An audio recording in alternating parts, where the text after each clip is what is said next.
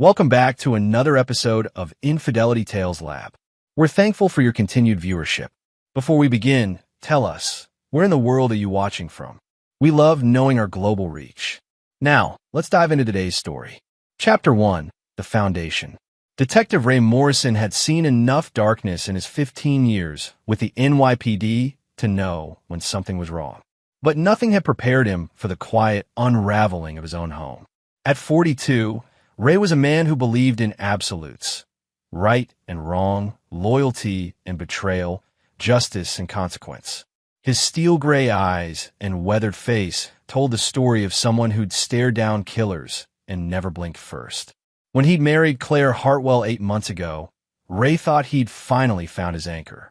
Claire, 34 with auburn hair and emerald eyes, worked as a real estate agent specializing in luxury properties.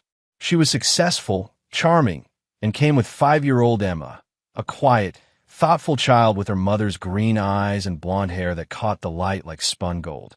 Ray had embraced fatherhood with the same intensity he brought to everything else. His own father had abandoned him when he was 7, leaving him with a mother who worked 3 jobs just to keep them afloat. He'd sworn never to be that man, never to let a child feel unwanted or unsafe.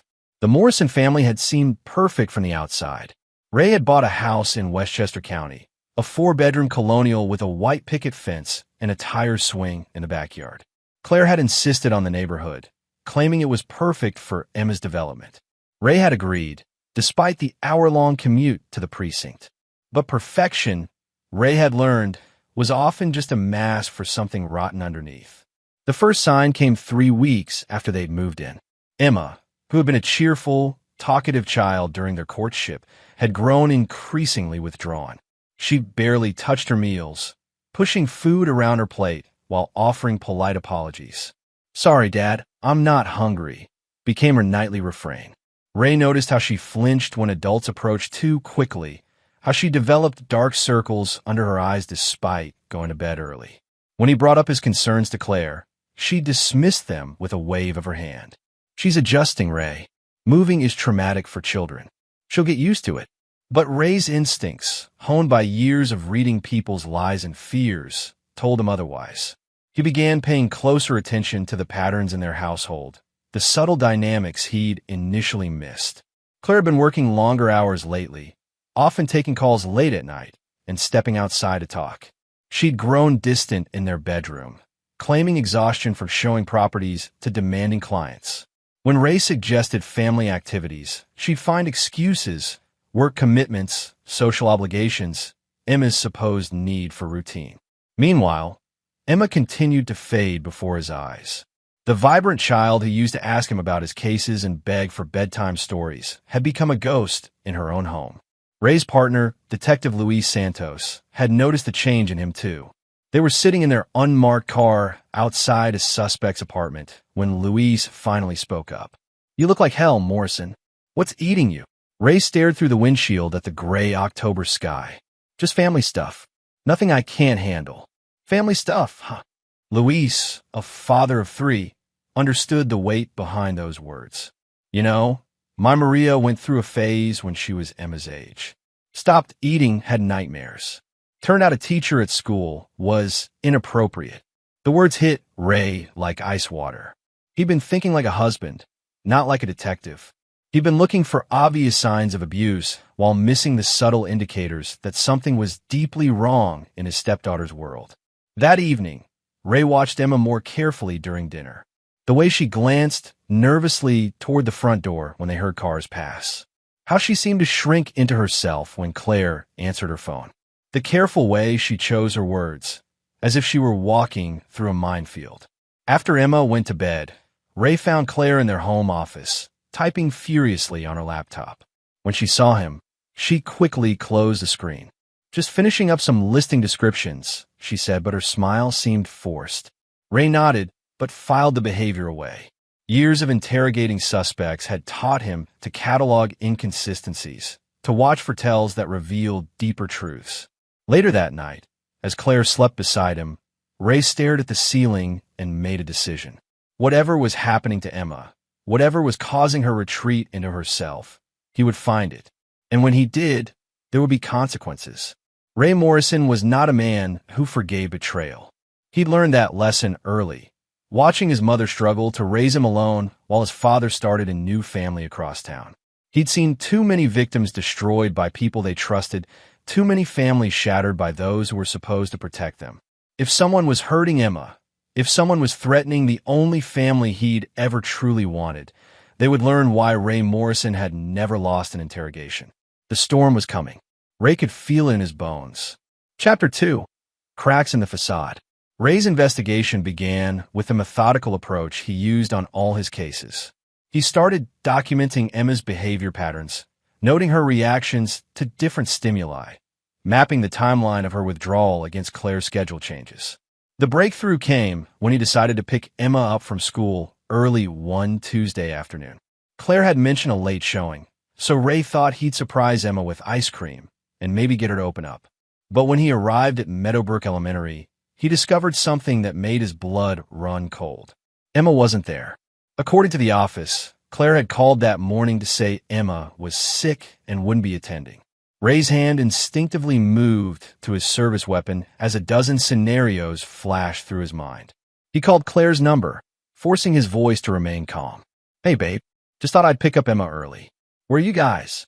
There was a pause that lasted a heartbeat too long. "Oh, Ray, I forgot to tell you. Emma woke up with a fever this morning. We're at Dr. Patterson's office right now." "Which location?" Ray asked, already knowing she was lying. Dr. Patterson only had one office, and Ray had driven past it on his way to the school. The main one on Elm Street. You know how these appointments run long. Ray ended the call and immediately phoned Dr. Patterson's office. No appointments for Emma Morrison or Emma Hartwell. No calls from Claire. The rage that built in Ray's chest was cold and calculating. Someone was playing games with his family, and Claire was either a victim or a participant. Given her lies, he was beginning to suspect the latter. Ray used his police resources to trace Claire's cell phone. The GPS showed her at an address in Yonkers, a luxury apartment complex called Harbor View.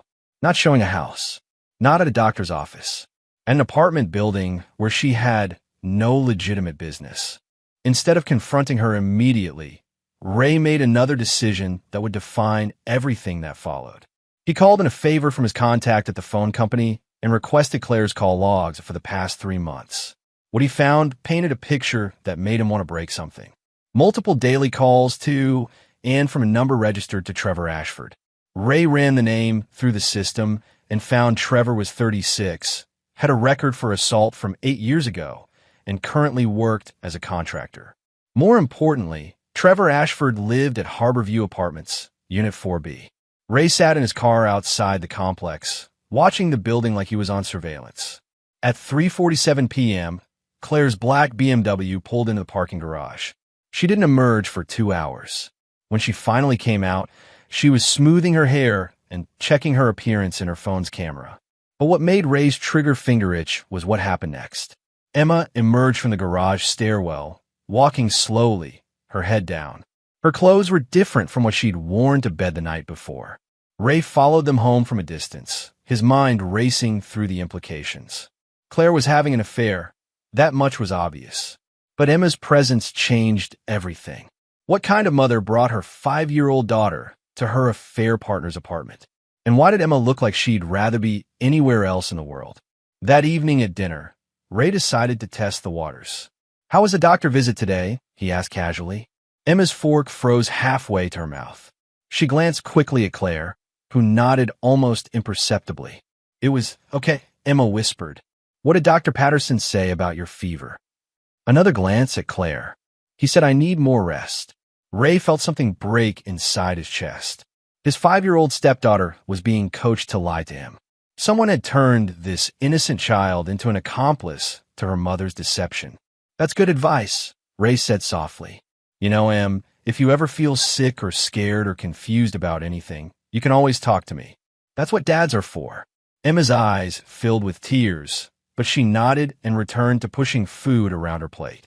After putting Emma to bed, Ray confronted Claire in their bedroom. "How was your showing today?" he asked, watching her face carefully. "Oh, it went well.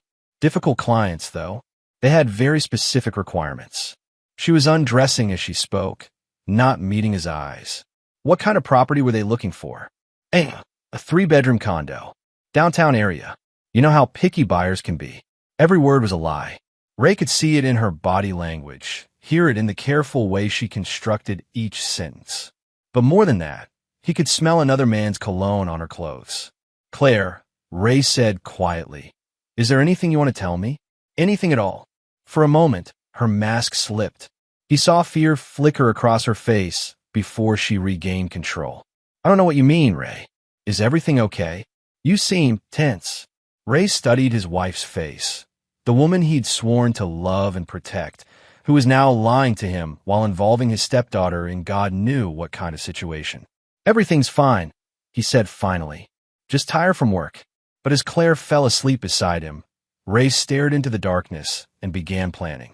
He had enough experience with cheating spouses from his caseload to know how this typically played out.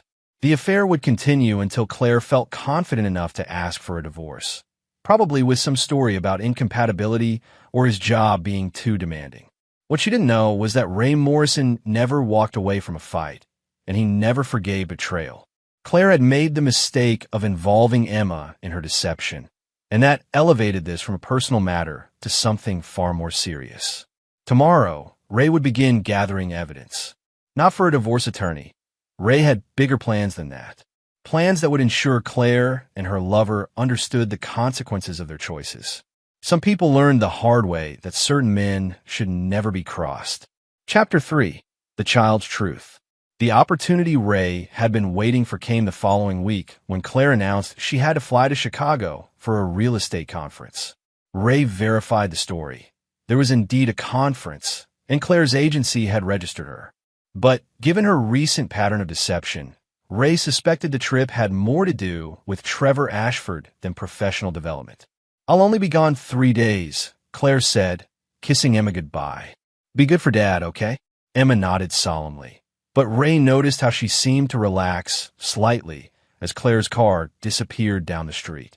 For the first 2 days, Ray treated the time like a reconnaissance mission. He observed Emma without pressure, noting how her appetite improved slightly and how she seemed less jumpy around the house. She still wasn't the vibrant child he remembered from their early dating days, but she was marginally more at ease. On the second evening, Ray decided to take a calculated risk. After Emma's bath, he sat on the edge of her bed for their usual bedtime routine. Em, can I ask you something? He said gently. She nodded, clutching her stuffed elephant, a gift he'd given her for her 5th birthday. When you go places with Mom, do you always have fun? Emma's eyes darted away from his face. Sometimes. What about when you visit Mom's friend, the man at the tall building? The reaction was immediate and devastating. Emma's face crumpled, and tears began streaming down her cheeks. I don't want to go there anymore, Dad, she whispered. But Mom says I have to be quiet about it, or something bad will happen to you. Ray felt his heart shatter and his rage ignite simultaneously. He kept his voice gentle despite the fury building in his chest. Emma, sweetheart, nothing bad is going to happen to me. I'm a police officer, remember? It's my job to keep people safe. That includes you. But Mom said, what did Mom say exactly? Emma was sobbing now, her small body shaking with the weight of secrets she'd been forced to carry. She said the man doesn't like policemen, and if I told you about visiting him, he might hurt you. She said some men are dangerous when they get angry. Ray's vision went red for a moment. Claire had been using his own profession, his dedication to protecting others, as a weapon to silence Emma. She'd terrorized a 5-year-old into keeping secrets that were clearly causing the child distress. Emma, listen to me very carefully, Ray said, taking her small hands in his. No one is going to hurt me. And more importantly, no one is going to hurt you. I promise you that. But I don't like going there, Dad. The man is mean, and he says things that make Mom upset. And sometimes, Emma's voice dropped to barely a whisper. Sometimes he gets really angry and throws things. Ray's hands clenched involuntarily, but he forced himself to remain calm. Has he ever thrown things at you or Mom? Not at me. But one time he threw a bottle and it broke near Mom's feet. There was glass everywhere. Mom told me to hide in the bathroom until he calmed down. The pieces were falling into place, painting a picture that made Ray want to drive to Trevor Ashford's apartment and end this immediately. But he needed the full truth first. Emma, has anyone ever touched you in a way that made you uncomfortable? Or asked you to keep secrets about touching? No, Emma said quickly, and Ray believed her. But I heard Mom crying once, and when I asked her why, she said adults sometimes have to do things they don't want to do. Ray felt something cold and final settle in his chest. Claire wasn't just having an affair. She was subjecting herself and Emma to an abusive situation. Whether she was being coerced or had simply gotten in over her head with a dangerous man, the result was the same. Emma was being traumatized, and Claire was using threats to ensure the child's silence. Dad, Emma said suddenly, I need to tell you something. What is it, sweetheart? The man, he said something about you. He said you think you're so tough because you're a cop, but that cops can be hurt just like anyone else.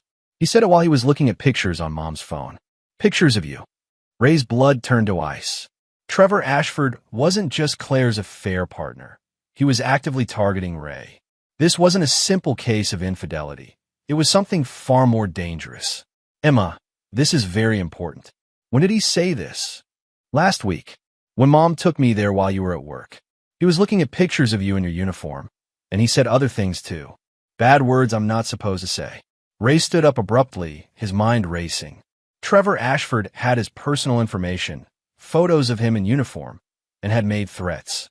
Combined with his previous assault conviction, this painted the picture of someone potentially planning violence against a police officer. Emma, I want you to listen to me very carefully, Ray said, kneeling back down to her level. You did exactly the right thing by telling me this. You're very brave, and I'm proud of you. Am I in trouble? No, baby. You're not in trouble at all. But I need to make some phone calls tonight to make sure everyone stays safe. Can you do me a favor and not tell Mom about our conversation when she comes home? Emma nodded, and Ray could see the relief in her eyes. The burden of keeping adult secrets was finally being lifted from her small shoulders. After Emma fell asleep, Ray sat in his home office and began making calls. First to his partner Luis, then to his lieutenant, and finally to a contact in the FBI who specialized in threats against law enforcement. By morning, Ray had a comprehensive plan in place. Trevor Ashford had made a critical mistake by threatening a police officer and involving a child in his schemes. What he'd intended as intimidation would become the foundation of his own destruction. Ray Morrison had spent his career putting dangerous men in cages. Now it was time to add another name to that list. But this time it was personal. This time, Ray wouldn't stop at an arrest and conviction. Trevor Ashford and Claire had traumatized Emma, threatened his family, and violated every trust they'd been given. They were about to learn that some men don't just seek justice, they become it. Chapter 4, The Investigation. Ray spent the next morning implementing a plan that would have made his narcotics division proud. Using his police connections and 15 years of investigative experience, he began building a comprehensive file on Trevor Ashford that went far beyond what a simple background check would reveal. His first call was to Detective Maria Rodriguez in the Domestic Violence Unit. Maria owed Ray a favor from a case where he'd helped her locate a suspect who'd been terrorizing his ex-wife. I need everything you can find on a Trevor Ashford, age 36, lives at Harbor View Apartments in Yonkers, Ray said, keeping his voice professional despite the personal nature of his request. This official business, Morrison? Let's call it proactive policing. I have reason to believe he might be involved in intimidating a law enforcement officer. That was all Maria needed to hear. Threats against cops were taken seriously by every department, and she promised to have a full workup by the end of the day. Ray's second call was to his contact at the phone company. Claire's call logs had shown the frequency of her communication with Trevor, but Ray needed location data and text message records. With a potential threat against an officer as justification, the warrant would be expedited. While waiting for those results, Ray decided to do some old-fashioned surveillance. He called in sick, something he hadn't done in 3 years, and positioned himself across from Harborview Apartments. What he observed over the next 6 hours confirmed his worst suspicions. Trevor Ashford was a man with a violent temper and no regard for others. Ray watched him verbally assault a delivery driver over a parking dispute, saw him kick a neighbor's dog for barking, and witnessed him throw a beer bottle at a group of teenagers who were skateboarding in the parking lot. But the most revealing moment came when a woman in her 30s arrived at the complex around 2 p.m. Ray recognized her from social media photos as Amanda Pierce, Trevor's ex-girlfriend. What happened next made Ray reach for his service weapon. The argument started in the parking lot and quickly escalated. Trevor grabbed Amanda's arm hard enough to leave marks, shook her violently, and then shoved her against her car. Ray was about to intervene when Amanda broke free and drove away, tears streaming down her face. Ray followed Amanda to a nearby coffee shop and approached her carefully. After identifying himself as a police officer, he explained that he'd witnessed the altercation and was concerned for her safety. "He's been like this for months," Amanda said, her voice shaking. "Getting worse and worse. I finally left him 2 weeks ago, but he won't leave me alone." "Has he ever threatened you specifically?" "Every day. He says if he can't have me, no one can.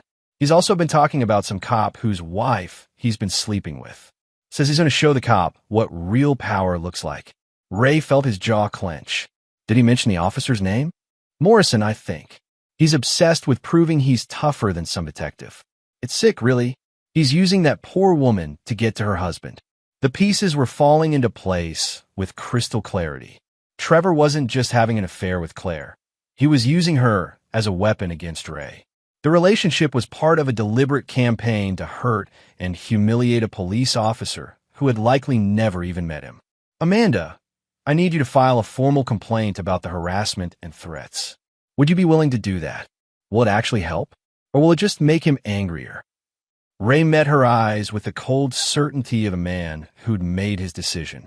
"I can guarantee you that Trevor Ashford will not be a problem for much longer." After taking Amanda's statement and ensuring she had Ray's direct number, he returned to his surveillance position. His phone buzzed with a text from Maria Rodriguez. "Call me ASAP. You're not going to believe what I found." Ray drove to a secluded parking lot and called Maria back. "Morrison, your boy Trevor Ashford is a piece of work. 3 domestic violence arrests in the past 5 years, but the charges were dropped each time because the women recanted their statements. Intimidation? Most likely. But here's the interesting part. I talked to one of the victims off the record. She says Trevor has a thing about cops. Apparently, his father was a police officer who abandoned the family when Trevor was young. Classic psychological profile of someone with authority issues." Ray felt a grim satisfaction. Trevor's targeting of him wasn't random. It was psychological warfare based on deep-seated father issues. "There's more," Maria continued. "I ran his financials. Trevor's been making a lot more money than his contractor business should generate. We're talking high-end purchases, luxury apartment rent, expensive gifts.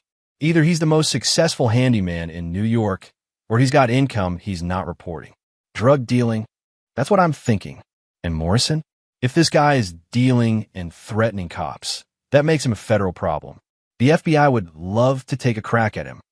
Ray thanked Maria and ended the call, his mind already moving to the next phase of his plan.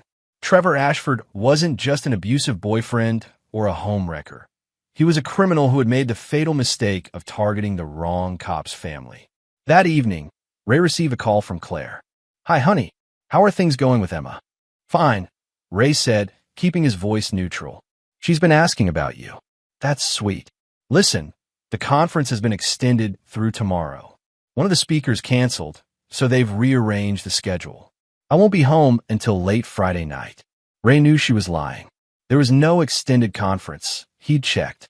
Claire was spending an extra day with Trevor, probably thinking she was being clever about managing her double life. "That's too bad," Ray said. "Emma will be disappointed." "I know, but this is important for my career. You understand, right?" "Of course," Ray replied. "Take all the time you need." After hanging up, Ray looked at Emma, who was coloring at the kitchen table. She seemed lighter somehow, more like the child he remembered from before their world had become complicated. "Hey, Em," he said gently. "How would you like to spend tomorrow at work with Dad? I'll show you the police station." Emma's face lit up with genuine excitement for the first time in weeks. "Really? Can I see your badge and everything?" "Absolutely." And Em, after tomorrow, things are going to be different around here. Better different. Ray had one more day to finalize his plans. One more day before Claire returned and the real game began. Trevor Ashford had wanted to play with the cop's family, had wanted to prove his dominance over someone he saw as an authority figure. Tomorrow, Ray would show him exactly what kind of man he'd chosen to cross. Chapter 5. The Setup. Ray brought Emma to the precinct the next morning, introducing her to his colleagues and letting her explore the detective division under careful supervision. She was fascinated by everything: the computers, the evidence boards, the holding cells, and for the first time in weeks, she seemed like a normal, curious 5-year-old. While Emma was distracted by Detective Santos teaching her how to use the fingerprint scanner, Ray put the final pieces of his plan into motion. The warrant for Trevor's phone records had come through overnight, and the contents were explosive. Text messages between Trevor and Claire revealed the depth of their relationship, and, more importantly, Trevor's escalating threats toward Ray. "Your husband thinks he's so tough," one message read. "Wait until he finds out what's been happening in his own house." Another message was even more damning. "I'm going to destroy that cop's life piece by piece, starting with his precious little family." But the most chilling discovery was a series of photos Trevor had taken outside Ray's workplace, their home, and Emma's school. He'd been stalking the family for weeks, documenting their routines and gathering intelligence like he was planning an operation. Ray forwarded everything to FBI agent Sarah Chun, who specialized in crimes against law enforcement. Within 2 hours, she called him back. "Morrison, this is federal territory now. We're opening an investigation into Trevor Ashford for stalking a federal officer and conspiracy to commit crimes against a law enforcement family. What's the timeline? We can have surveillance in place by this afternoon and an arrest warrant by tomorrow morning." "But Morrison," Agent Chin paused, "we're also going to need to interview your wife. Her involvement in this situation is concerning." Ray had been expecting this. Claire's role in Trevor's campaign against him made her either a victim or a co-conspirator, and the evidence was starting to suggest the latter. "I understand. She'll be back in town tonight. We'll need her phone and laptop for analysis. If she's been knowingly participating in threats against you, she could face charges as well." Ray felt a cold satisfaction settle in his chest. Claire had made her choices, and now she would face the consequences. After lunch, Ray took Emma home and sat her down for a serious conversation. "Em, tomorrow some of my friends from work are going to come to the house to talk to Mom. They might ask you some questions too, just to make sure everyone is safe." "Am I in trouble?" "No, sweetheart. You're the hero in this story. You told me the truth when it was scary, and that's going to help keep everyone safe." "What about Mom?" Ray chose his words carefully. "Mom made some bad choices, Em. When adults make bad choices, sometimes there are consequences. But I want you to know that no matter what happens, you'll always be safe and loved." Emma nodded solemnly, and Ray could see the intelligence in her green eyes. She understood more than most adults gave her credit for. That evening, Claire returned home with a kind of forced cheerfulness that immediately put Ray on alert. "I miss you both so much," she announced, hugging Emma and kissing Ray on the cheek. "The conference was amazing, but there's nothing like being home." Ray watched her performance with the detached observation of a detective studying a suspect.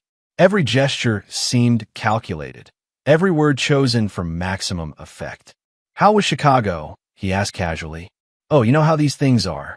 Lots of networking, boring presentations. But I made some good connections for the agency." Ray nodded, knowing that Claire hadn't been to Chicago at all. Phone records showed her device had never left the New York area. "That's great, honey. I'm sure it'll pay off." During dinner, Claire seemed nervous, constantly checking her phone and jumping at small sounds. When Emma accidentally dropped her fork, Claire nearly spilled her wine. "Everything okay?" Ray asked. "Just tired from traveling. You know how airports can be."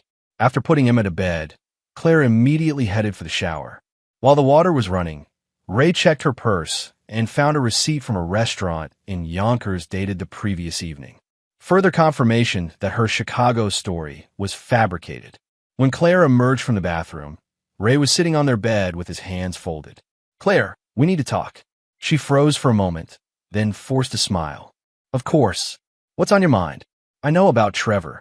The blood drained from Claire's face. For several seconds, she stood perfectly still, like a deer caught in headlights. I don't know what you mean. Yes, you do. Ray's voice was quiet but filled with absolute certainty. I know about the apartment. I know about the lies. I know about the threats he's been making toward me and this family. Claire's mask finally slipped completely. She sank into the chair by their window, her hands shaking. Ray, I can explain. Can you? Can you explain why you've been using our daughter as cover for your affair? Can you explain why you've been helping a man stalk me and threaten my family? It's not like that. Claire's voice was desperate now. Trevor, he's not what I thought he was. I tried to end it, but he said he'd hurt you if I left him. He said he'd make Emma disappear. Ray studied his wife's face, looking for truth among the lies. When did you realize what kind of man he really was? Weeks ago, maybe months. But every time I tried to break it off, he'd show me pictures of you at work or photos of Emma at school. He said he could get to any of us whenever he wanted. And you thought the solution was to keep seeing him? To keep bringing Emma around him? Claire was crying now, her carefully constructed facade crumbling. I didn't know what else to do. He said if I told you, he'd kill you. He has friends, Ray. Dangerous people. Ray felt a mixture of anger and pity. Claire had made terrible choices, but Trevor Ashford was a master manipulator who specialized in psychological control. Claire, tomorrow morning the FBI is going to arrest Trevor. They're also going to want to talk to you about your involvement in this situation. The FBI? Claire's face went white. Trevor made the mistake of threatening a police officer and stalking a federal agent's family. That's a federal crime. What's going to happen to me? Ray looked at his wife, the woman he'd loved, who had betrayed him and endangered Emma, and felt nothing but cold resolve. That depends on how much you cooperate with the investigation. And Claire? It depends on how much of this was fear and how much was choice. Claire spent the night on the couch, and Ray lay awake staring at the ceiling. Tomorrow would bring justice for Trevor Ashford and consequences for Claire. But Ray's real work, his true revenge, was just beginning. Some people thought justice ended with arrests and convictions. Ray Morrison knew better. Real justice was comprehensive, personal, and permanent. Trevor Ashford and Claire were about to learn that truth the hard way. Chapter 6: The Arrest. Ray woke before dawn, his internal clock calibrated by years of early morning raids and surveillance operations. He made coffee, checked his weapon, and reviewed the final details of the operation that would begin in 3 hours. Agent Chun had assembled a team that included FBI tactical specialists, local SWAT, and detectives from the Domestic Violence Unit. Trevor Ashford will be taken into custody on federal charges of stalking a law enforcement officer, making threats against a federal agent, and conspiracy to commit violence against a law enforcement family. But Ray's personal investigation had uncovered something even more valuable than federal charges. Trevor's financial records, combined with surveillance footage from a traffic camera near Harborview Apartments, had connected him to a drug distribution network that the DEA had been investigating for 8 months. Trevor Ashford wasn't just a violent manipulator. He was a mid-level drug dealer with ties to organized crime.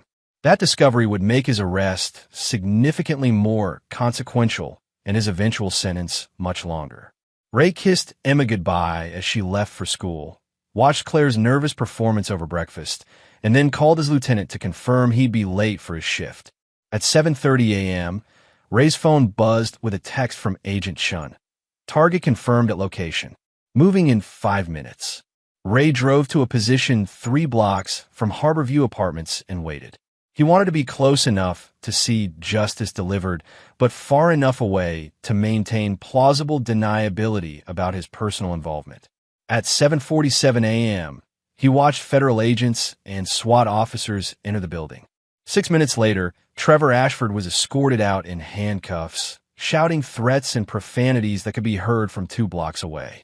Ray felt a cold satisfaction watching the man who had terrorized his family being loaded into a federal transport van. But this arrest was only the beginning of Trevor's problems. After the arrest, Ray returned home to find Claire pacing frantically in their living room, her phone pressed to her ear. He's not answering. she said when she saw Ray. Something's wrong. Trevor was arrested this morning on federal charges, Ray said calmly. The FBI will want to speak with you this afternoon. Claire collapsed onto their couch, her face pale and her hands shaking. Ray, you have to understand, I never wanted any of this. I was trapped. Were you? Or did you make a choice to have an affair and then make additional choices to cover it up? It started innocently.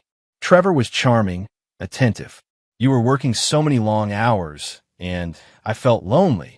Ray sat across from his wife, studying her with the same cold analysis he brought to interrogating suspects. When did it stop being innocent, Claire? Why try to end it the first time? Trevor said he'd been watching you, learning your routines.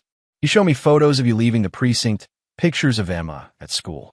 He said cops die in the line of duty all the time, and accidents could be arranged. And your solution was to keep seeing him? I thought if I gave him what he wanted, he'd eventually lose interest and move on to someone else. Ray shook his head. Claire, you brought Emma into this. You used our daughter as cover for your affair and exposed her to a dangerous criminal. Claire was sobbing now, her carefully maintained composure completely shattered.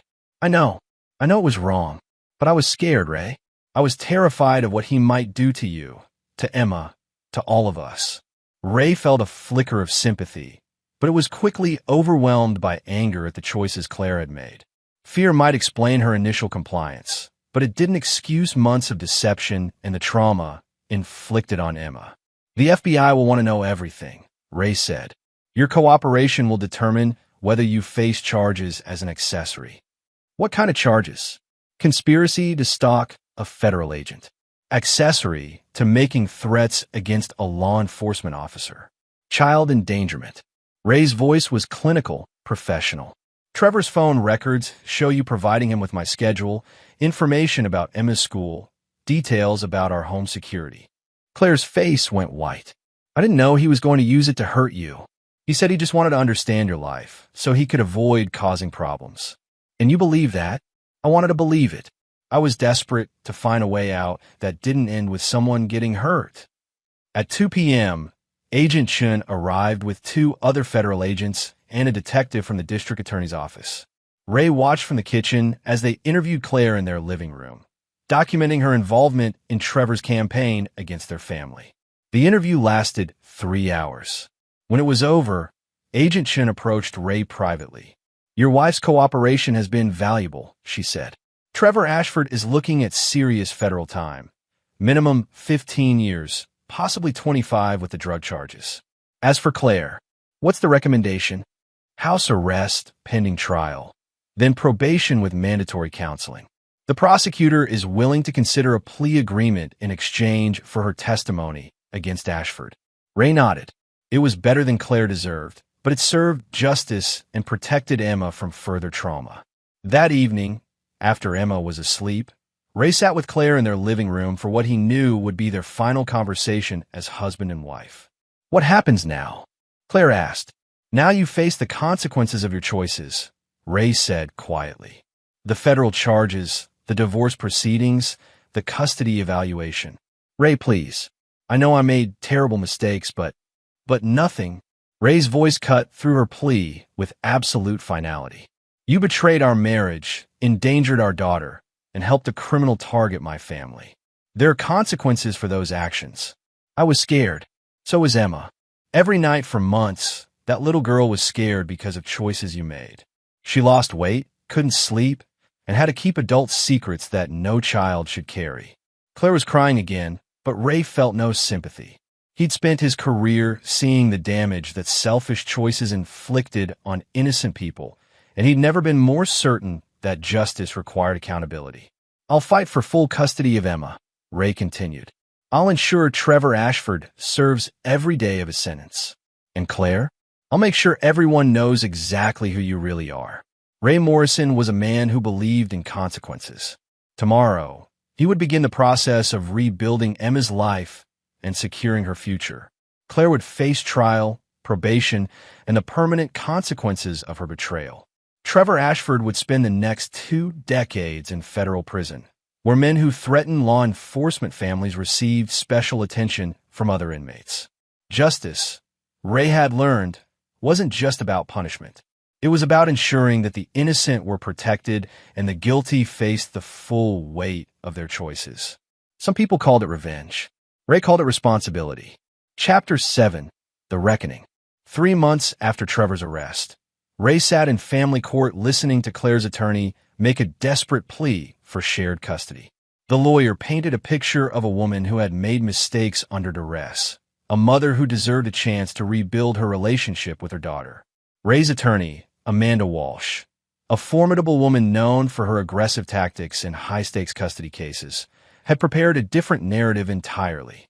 "Your Honor," Amanda said, rising to address the judge, "the evidence shows a pattern of deliberate choices that endangered a 5-year-old child. Mrs. Morrison didn't just have an affair, she actively participated in a criminal conspiracy that targeted her own family." The evidence Amanda presented was devastating. Phone records showing Claire had provided Trevor with Ray's work schedule. Text messages where Claire discussed Ray's weaknesses and how to get under his skin. Photos that Claire had taken of Ray in uniform and sent to Trevor without Ray's knowledge. But the most damaging evidence was Emma's own testimony, given in the judge's chambers with a child psychologist present. Emma described months of being taken to the mean man's house, being told to lie to Ray, and being warned that bad things would happen to her father if she told the truth. Judge Patricia Henley had presided over family court for 12 years, and Ray could see the anger in her eyes as she reviewed the case file.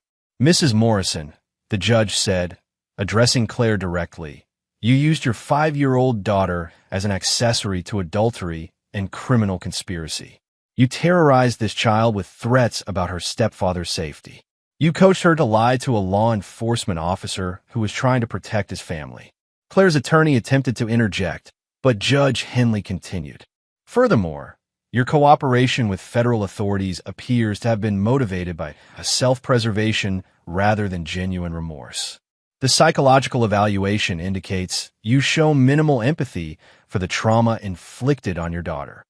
Ray watched Claire's face as the judge delivered her ruling. He felt no satisfaction in her devastation, only a cold certainty that justice was being served. "Full custody is awarded to Detective Morrison," Judge Henley announced.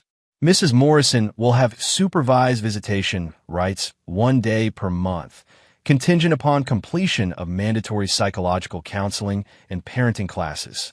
Claire's attorney immediately filed an appeal, but Ray knew it would fail. The evidence was too comprehensive, Emma's trauma too well documented. After the custody hearing, Ray took Emma out for ice cream to celebrate. She seemed lighter somehow, as if the official recognition of her father's protection had lifted a weight she'd been carrying for months. "Dad," Emma said as they sat in their favorite booth at Murphy's Diner, "are you going to get married again?" "I don't know, sweetheart. Would that bother you?" Emma considered this seriously, the way she approached all important questions. "Only if she's mean to you, or if she lies." Ray smiled at his daughter's simple wisdom. "Well, if I ever date anyone again, you'll be the first to meet her.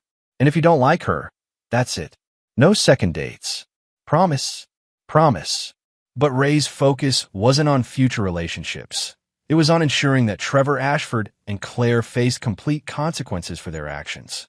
Trevor's trial was scheduled for the following month, and Ray had been working behind the scenes to ensure the prosecution had everything they needed for a conviction.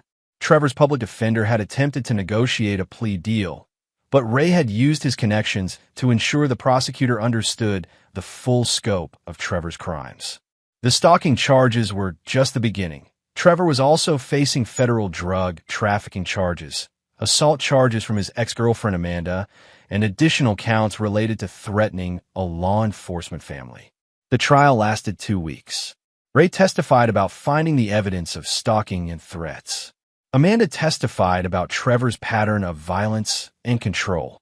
Claire, honoring her plea agreement, testified about Trevor's escalating threats and his obsession with humiliating Ray.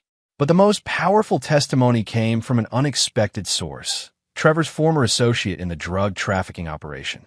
Marcus Fleming, facing his own federal charges, described Trevor's detailed plans to destroy that cop's life and his boast about using Claire to gather intelligence on Ray's vulnerabilities. Trevor was obsessed. Marcus testified. He said cops thought they were untouchable, and he was going to prove them wrong. He talked about the detective's wife and kid like they were chess pieces in some sick game. The jury deliberated for less than 4 hours. Trevor Ashford was found guilty on all federal charges and sentenced to 28 years in federal prison without possibility of parole. Ray attended the sentencing hearing and watched Trevor's face as Judge Michael Torres delivered the verdict. For the first time since this ordeal began, Trevor's arrogant smirk was gone, replaced by the hollow expression of a man who finally understood the consequences of his choices. "Mr. Ashford," Judge Torres said, "you targeted a law enforcement family with a deliberate intent to cause psychological and physical harm. You used manipulation and violence to control multiple victims. You showed no remorse for your actions and no consideration for the innocent child caught in your web of criminal behavior." Trevor's attorney attempted to argue for a reduced sentence, but Judge Torres was unmoved. "This court finds that Mr. Ashford represents a clear and ongoing danger to society, particularly to law enforcement personnel and their families. The maximum sentence is not only appropriate, but necessary to protect potential future victims." After the sentencing, Ray walked to his car with a sense of completion that he rarely felt after closing a case.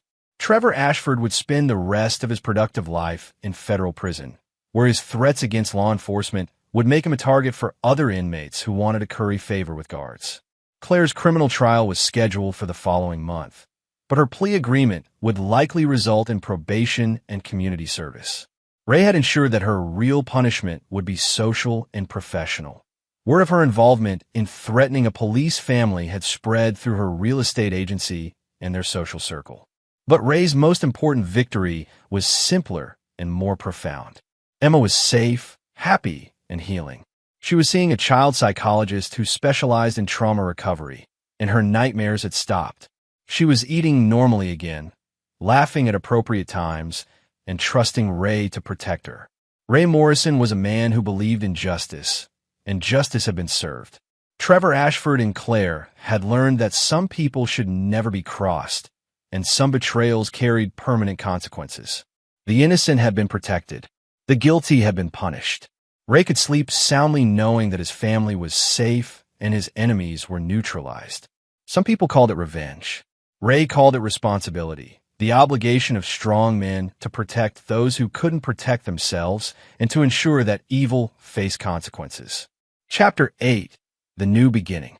6 months after Trevor's sentencing, Ray and Emma had settled into a new routine that felt more natural and peaceful than anything they'd experienced during the marriage to Claire. Emma was thriving in her new school. Ray had moved them to a house in a different district to create physical and psychological distance from their previous life. The new house was smaller, but felt more like home. Emma had helped pick out the paint colors for her room, and Ray had taught her to use basic tools so she could help with simple repairs. They cooked dinner together most nights, did homework at the kitchen table, and established bedtime routines that included both story time and honest conversations about their day. Dr. Sarah Martinez, Emma's therapist, had declared Emma's recovery remarkable and reduced their sessions to once monthly. Emma was sleeping through the night, her appetite had returned to normal, and she was making friends at her new school. "She's resilient," Dr. Martinez told Ray during one of their parent consultation sessions. "Children who have a strong, consistent adult in their life can recover from trauma much more effectively than those who don't. You've given her the security she needed to heal." Ray felt a quiet pride in Emma's recovery, but he also knew their work wasn't finished. Claire's monthly supervised visits were awkward affairs that left Emma confused and sometimes sad, but Dr. Martinez encouraged them to continue as long as Emma wasn't regressing. "She needs to understand that her mother's choices weren't her fault," Dr. Martinez explained. "And she needs to see that you're not preventing a relationship. You're just ensuring it's safe." The visits took place at a family services center under the supervision of a social worker. Claire brought gifts and made promises about future activities, but Emma remained politely distant. She'd grown wise beyond her years about the difference between words and actions. Ray's professional life had also evolved. His work on the Trevor Ashford case had earned him recognition from the FBI, and he'd been offered a position with a joint task force investigating crimes against law enforcement families. The job paid better, offered more regular hours, and allowed him to use his experience to help other families facing similar threats. His new partner, Detective Lisa Chun, Agent Chen's sister, coincidentally, was a former military investigator who brought a different perspective to their cases. She was also a single parent, which gave them common ground beyond their professional partnership. You know, Lisa said one afternoon as they reviewed case files, Emma's going to start asking questions about dating eventually. Have you thought about what you'll tell her? Ray had thought about it, actually.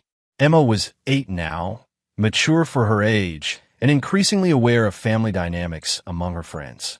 I told her she gets veto power over anyone I might date seriously, Ray said. If she doesn't like them, that's it. Lisa laughed. That's either very wise or very limiting, depending on an 8-year-old's taste in women. Ray smiled. Emma's a good judge of character. She saw through Claire's act before I did.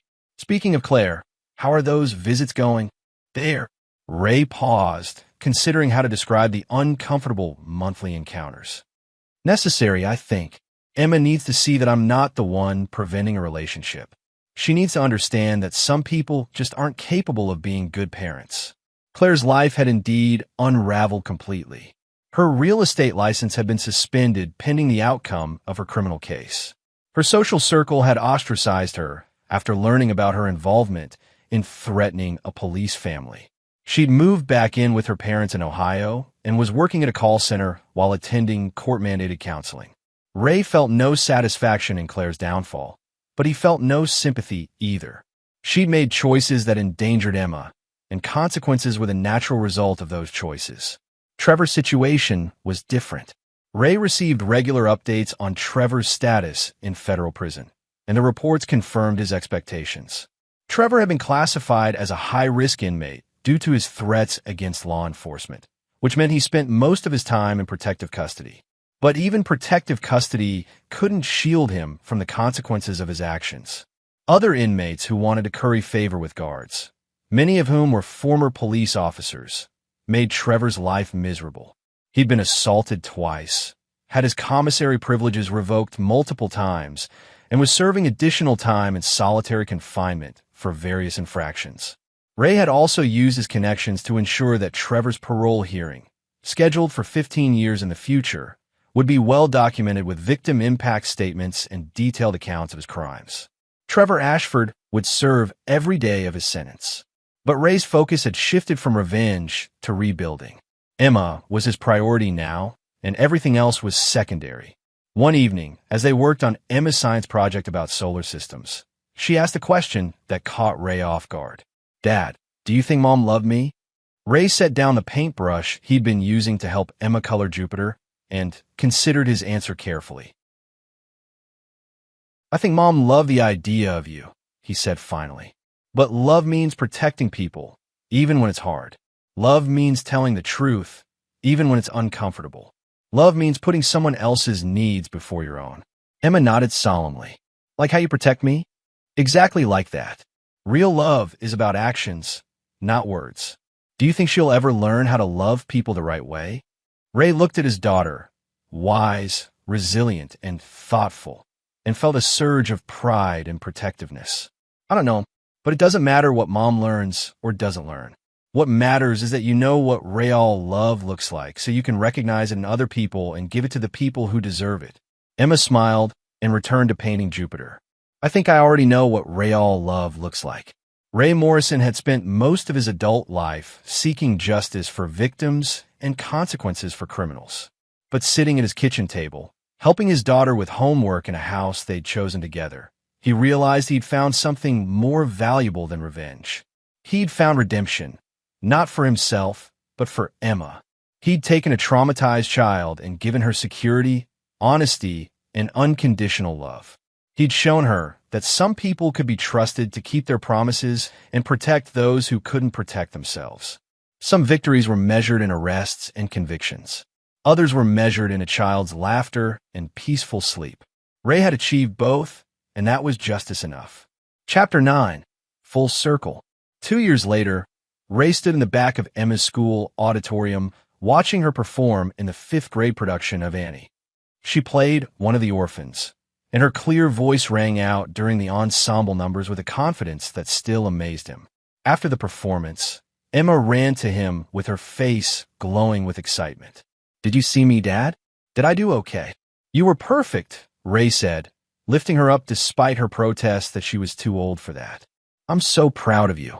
As they walked to the car, Emma chattered about the other kids in the play, her upcoming science fair project, and her plans for the weekend.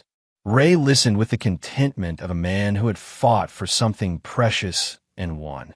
Dr. Martinez had officially concluded Emma's therapy 6 months earlier, declaring her a well-adjusted, resilient child with strong attachment bonds and excellent coping mechanisms. Emma still had monthly check-ins with the school counselor, but her trauma responses had virtually disappeared. Ray's own life had found a stable rhythm. His work with the task force was challenging but rewarding, and he developed a reputation as someone who could be trusted with sensitive cases involving law enforcement families. The irregular hours that had contributed to his marriage problems with Claire were now manageable, and he rarely worked weekends. Lisa Chun had become more than just a professional partner. Their friendship had evolved slowly and carefully, with Emma's approval at every step. Lisa understood the demands of single parenthood and the complexities of Ray's situation, as she'd never pushed for more than he was ready to give. "You know," Lisa had said recently, "Emma's been dropping some pretty heavy hints about me staying for dinner more often." Ray had laughed. "She's not exactly subtle, is she?" "Not even a little bit. Yesterday she told me I should teach her to braid hair because dads aren't good at girl stuff, and it would be nice to have someone who understands." Ray appreciated Lisa's patience with Emma's not-so-subtle matchmaking attempts. Emma had decided that Lisa was acceptable girlfriend material and had launched a campaign to encourage their relationship.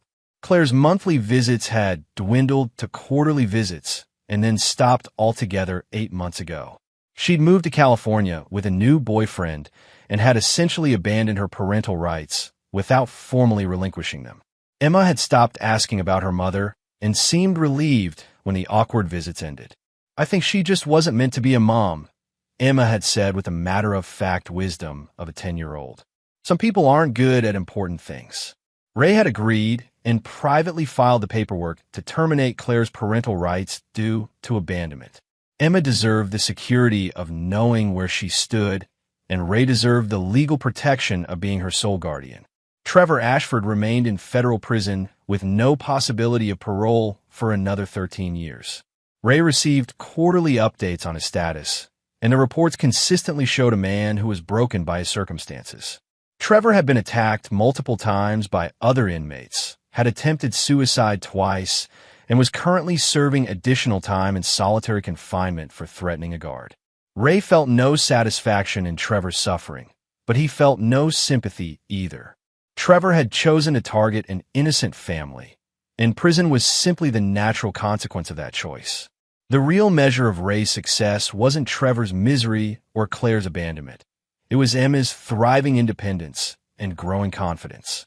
She was an honor roll student, played soccer on the school team, and had a close circle of friends who often gathered at their house for study sessions and movie nights.